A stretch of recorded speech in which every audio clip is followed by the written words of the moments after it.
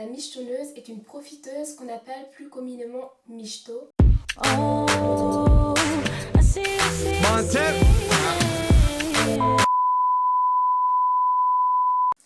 Coucou les petits chats, alors aujourd'hui on revient sur une deuxième vidéo. Donc ce sera une espèce en fait de story time mais en même temps un peu de débat. Donc j'ai regardé ce que veut dire michetonneuse sur internet. Donc il y a écrit: la michetonneuse est une profiteuse qu'on appelle plus communément michto. Ou sinon, c'est aussi le sens 1, nom donné aux prostituées n'exerçant pas tout le temps. Et le sens 2, par extension, on appelle ainsi les femmes qui séduisent par intérêt financier, entre parenthèses. Ok, donc je vais vous raconter l'histoire d'un gars. C'était la première fois en fait qu'on m'appelait Michto. Donc sur Instagram, il y avait un influenceur qui a commencé à me parler. Il a voulu en fait sortir avec moi. Et du coup, moi, je me suis dit, bon, bah ça va, il est pas trop moche, ça va, il est quand même mignon. Je me suis dit, en plus j'étais célib à ce moment-là, je me suis dit, pourquoi pas. Du coup, le premier soir, on s'est vu, tout s'était super bien passé. Je m'emballe très très vite, du coup je me suis dit, on verra, on va se calmer. Lui, il était vraiment en fait trop dans le truc, genre à peine au deuxième rendez-vous, il avait déjà montré une photo à sa grand-mère, à tous ses potes, et surtout que vu que c'était un influenceur, il avait 43K. Il n'arrêtait pas de mettre des stories sur moi et tout, sur l'amour, etc. Ça me faisait flipper en fait. Dès le début, il était super accro à moi. Il se voyait déjà limite marié, avoir des enfants, mais ça fait flipper ça, mais vraiment. Je lui ai dit non mais il faut quand même qu'on se calme. Je sais pas si on sera ensemble dans quelques temps. Je préfère qu'on aille vraiment doucement. Et lui a dit ok, t'inquiète. J'aimais pas du tout son caractère. Le truc c'est qu'il avait vraiment un caractère d'enfant. Il faisait des crises de jalousie alors qu'on n'était même pas sortis ensemble. On sortait pas ensemble, on n'était jamais sortis ensemble.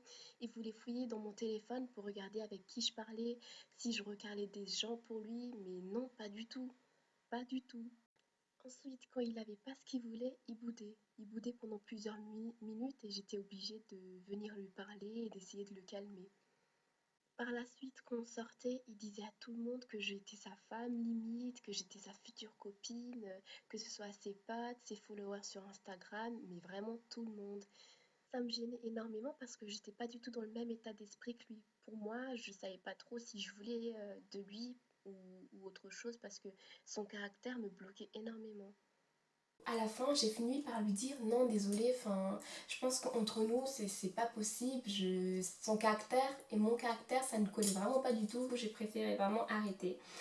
On avait arrêté pendant une semaine de se parler un peu et puis après les choses ont fait qu'il m'a reparlé. J'ai décidé en fait de lui donner une deuxième chance parce que il était vraiment trop en fait, j'arrive pas à dire non et lui il revenait tout le temps oui s'il te plaît donne-moi une deuxième chance, je vais changer etc.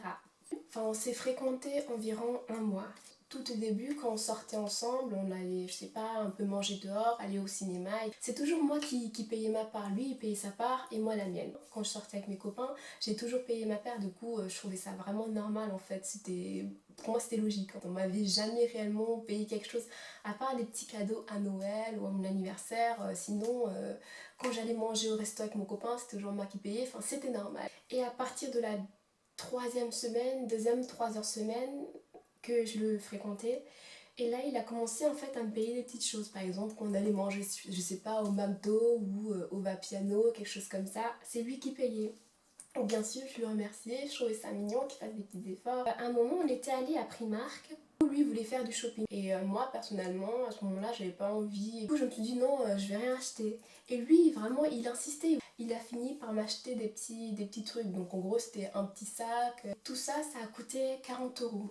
Mais il a vraiment insisté. Alors moi, franchement, je lui ai dit non, je n'ai pas besoin en fait. Genre, si j'achète pas, c'est que j'en ai pas besoin.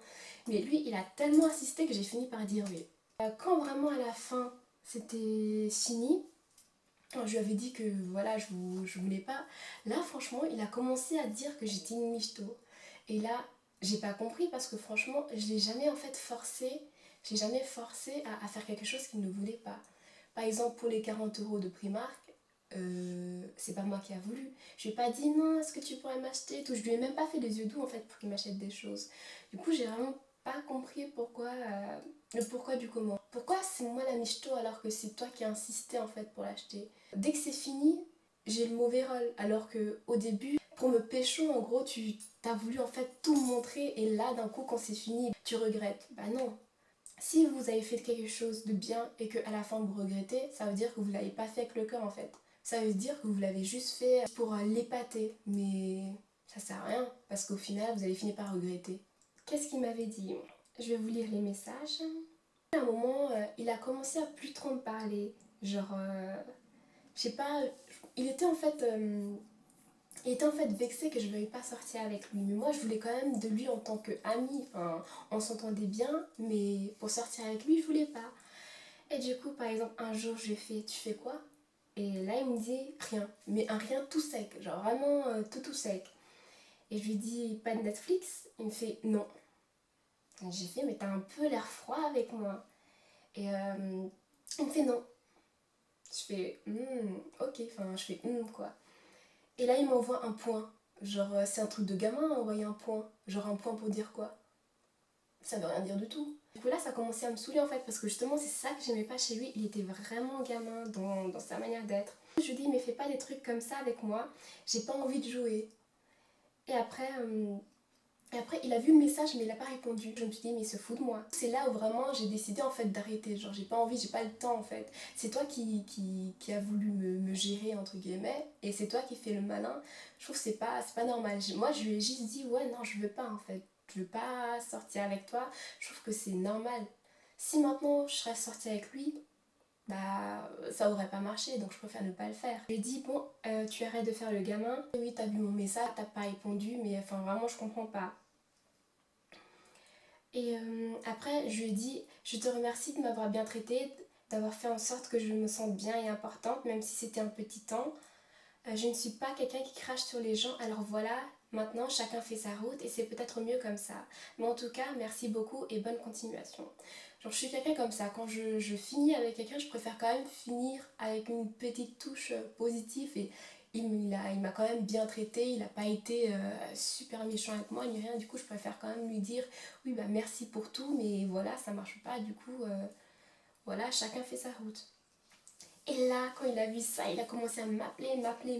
Et je me suis dit, il abuse. Genre, donc toute la journée, il a vu tous mes messages, il a fait le ouf et maintenant il sait que c'est fini, c'est là où il se réveille. Mais non, c'est... non. Là, il commence à m'envoyer des points d'interrogation. Après, il me fait, tu cherches même pas à savoir pourquoi je te réponds pas et tu réagis à ta manière et tu me raccroches au nez, mort du rire, tu fais ce que tu veux, je vais pas perdre mon temps avec des gens comme ça. Après, je fais, d'accord, bonne continuation. Il me fait, Balek, t'as cru que je vais faire le pigeon, mort de rire, t'es drôle toi, tu vas prendre cher. Donc il a commencé à faire des menaces. Bah, pour rien du tout, juste parce que je lui ai dit que je voulais plus qu'on continue. Je lui ai dit, on peut quand même agir comme des adultes et se respecter, c'est tout ce que je demande. Il me fait en lettres majuscules. Maintenant bouge, ciao, plus rien à perdre avec des filles comme toi, ciao. Avant de juger les autres, regarde déjà toi comme tu es. T'inquiète, je sais déjà comment ça fonctionne avec toi. Tu vas me pigeonner une fois, mais pas deux fois. Donc il a dit que je l'ai pigeonné.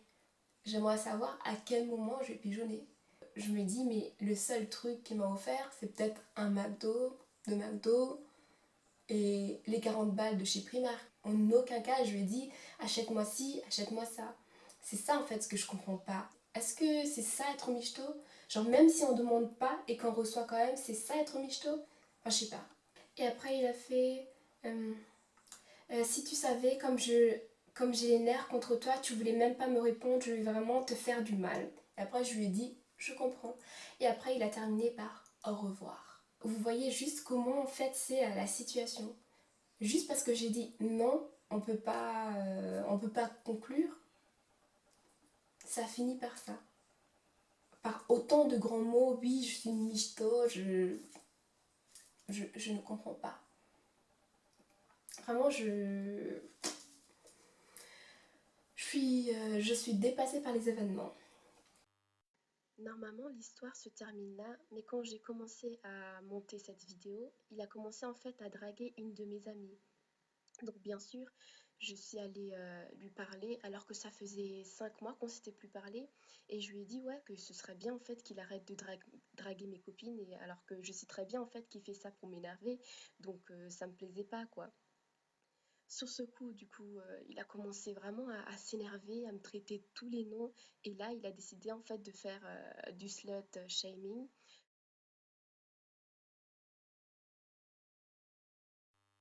En fait, il a tout bonnement décidé de m'afficher sur ses réseaux, surtout sur son compte Instagram où il a 43K.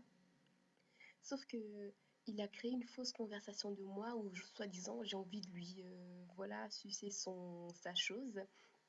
Alors que pas du tout, j'ai jamais dit ce genre de choses. Et ensuite, il a mis des sondages disant que j'étais une pute, soi-disant, j'aurais couché avec un de ses amis, que j'aurais fait des bails avec lui.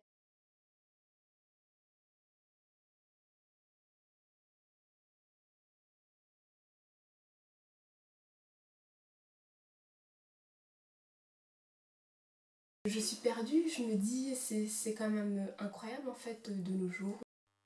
Donc là, c'est un des sondages qu'il a fait de moi.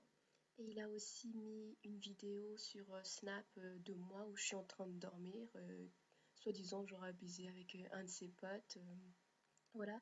Mais ce que je trouve vraiment minable, en fait, c'est que il a 43K et que normalement, en fait, il travaille, il fait des partenariats avec des marques. C'est aussi des marques haut de gamme ou qu'importe. Et il met ce genre de choses, en fait, sur ses stories, quoi. C'est vraiment pas du tout professionnel, mais pas du tout. Et le pire dans tout ça, c'est que il a dit à des personnes, oui, allez lui parler, elle fait des plans cul, ce genre de choses. Et bien sûr, il y avait bien des hommes qui sont venus me voir, qui ont voulu, voilà ce qu'ils ont voulu, mais aussi des filles qui sont venues me voir pour dire oui, de toute façon, t'es qu'une sale pute, assume. Aussi des garçons qui ont dit ouais, assume ce que t'as fait. Mais ces personnes-là connaissent rien de l'histoire, mais vraiment rien de l'histoire, et ils ont osé faire ce genre de choses. Je me dis quand même qu'en 2018, il y a encore autant de conneries en fait. Surtout qu'il y a des personnes qui se suicident à cause de ce genre de faits. Donc franchement, ne soyez pas des moutons. Vous pouvez adorer quelqu'un, vous pouvez suivre des personnes connues ou peu importe, mais s'ils écrivent des choses sur les réseaux, faut pas toujours les croire. Mais vraiment. Par la suite, j'ai voulu aller me plaindre à la police et ils n'ont rien fait. Ils ont dit que je pouvais pas porter plainte pour harcèlement parce que le harcèlement, c'est 150 messages par jour, 150 appels. Ils ont juste dit qu'ils allaient faire une main courante. Ils ont même pas passé ne serait-ce qu'un appel, donc c'est la justice de 2018.